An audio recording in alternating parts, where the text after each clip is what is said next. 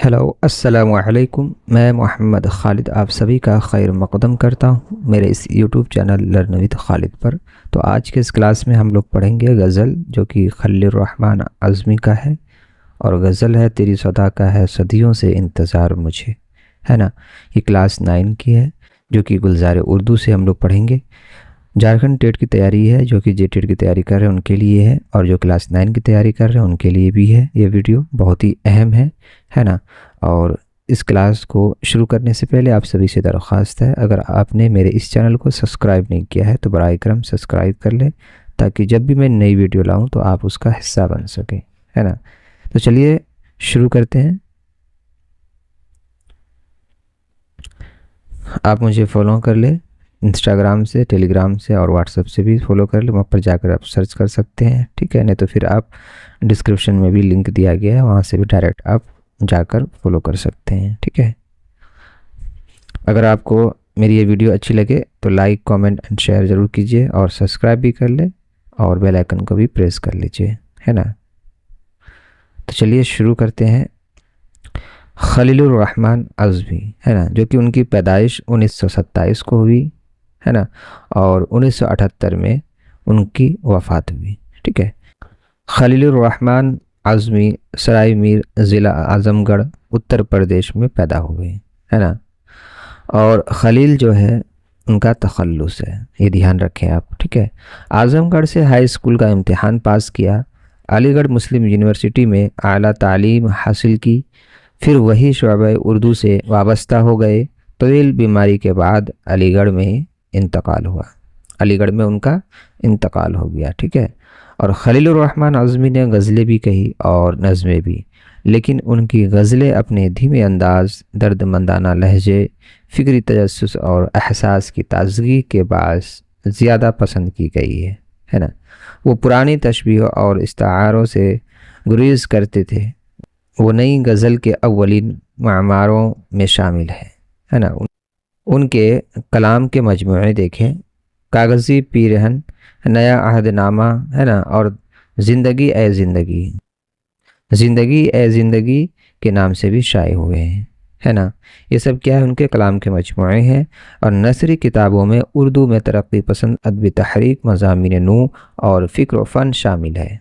उन्होंने 3 किताबें लिखी, नवाए ज़फ़र और मुक़द्दमा कलाम आतिश, है ना, और नई नज़्म का सफ़र मा मुक़द्दमा मुरत्तिब की है ना। तो ये खलीलुर रहमान की जो हयात व ख़िदमत मुख्तसर में थी, इसको आप लोग समझ लेंगे, देख लेंगे, पढ़ लेंगे अच्छे तरीके से, है ना। ये ध्यान रखिए कि इनका जो तखल्लुस है वो खलील है, ठीक। तो चलिए इनकी गज़ल की ओर चलते हैं, देखते हैं।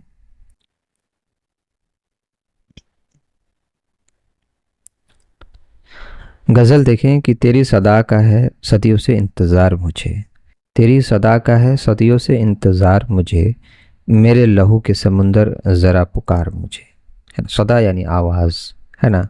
और इस शेर में, ये पहला शेर है, और इस शेर में, है ना, शायर अपने आप को मुखातिब करके कहता है कि ए मेरे लहू, ए मेरे लहू के समुंदर, मुझे सदियों से तुम्हारी सदा का इंतज़ार है, मुझे पुकारो कि मैं तुम्हारी पुकार का मुंतज़िर हूँ, है ना।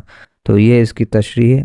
आगे देखें कि मैं अपने घर को बुलंदी पे चढ़ के क्या देखूं, मैं अपने घर को बुलंदी पे चढ़ के क्या देखूं, उरूज फ़न मेरी दहलीज़ पर उतार मुझे, उरूज यानी ऊपर चढ़ना, है ना, बुलंद होना, उरूज फ़न मेरी दहलीज़ पर उतार मुझे, है ना।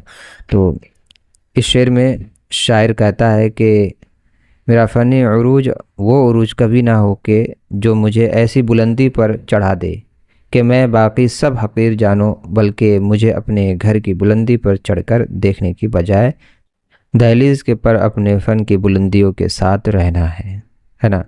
तो ये थी इसकी तशरीह। आगे देखें कि उबलते देखी है सूरज से मैंने तारीकी, उबलते देखी है सूरज से मैंने तारीकी, नाराज़ आएंगी ये सुबह ज़रनिगार मुझे, ज़रनिगार यानी सुनहरे रंग को कहते हैं ज़रनिगार, है ना।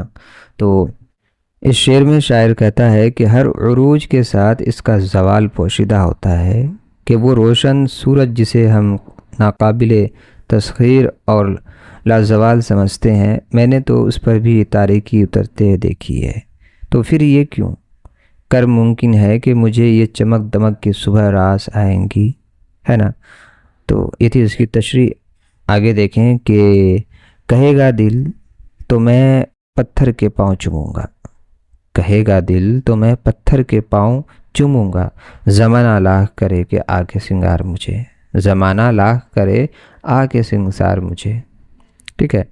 تو اس کی تشریح آپ دیکھیں کہ اس شعر میں شاعر کہتا ہے کہ اس دنیا میں اور میری ذات پر میرے دل کا تسلط اور حکمرانی ہے، اگر میرا دل مجھے کہے کہ میں پتھر کے پاؤں چوموں تو میں اس سے بھی غریز نہیں کروں گا، چاہے پھر یہ زمانہ سزا کے طور پر مجھے سنسار کیوں نہ کرے، ہے نا۔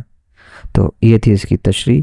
اور آگے دیکھیں کہ وہ فاقہ مست ہوں جس راہ سے گزرتا ہوں، وہ فاقہ مست ہوں جس راہ سے گزرتا ہوں، سلام کرتا ہے آشوب روزگار مجھے، سلام کرتا ہے آشوب روزگار مجھے۔ آشوب یعنی فتنہ فساد کو کہتے ہیں، اذیت تکلیف کو کہتے ہیں، ہے نا۔ اس شعر میں یہ آخری شعر ہے، اور اس شعر میں شاعر کہتا ہے کہ وہ اپنی بے روزگاری پر چوٹ کرتے ہوئے کہتا ہے کہ میں تو اس قدر روزگار کی بدحالی کا ستایا ہوا ہوں کہ میں جس راستے سے بھی گزرتا ہوں تو وہاں کے آشوب روزگار بھی مجھے سلام کرتے ہیں، ہے نا، وہاں کے آشوب کے روزگار بھی مجھے سلام کرتے ہیں۔ تو یہ تھی اس غزل کی تشریح، ہے نا۔ تو اگر آپ کو کوئی بھی دقت ہو تو آپ مجھے کامنٹ کریں، اگر آپ نے میرے اس چینل کو سبسکرائب نہیں کیا ہے تو سبسکرائب بھی کر لیں، ٹھیک ہے۔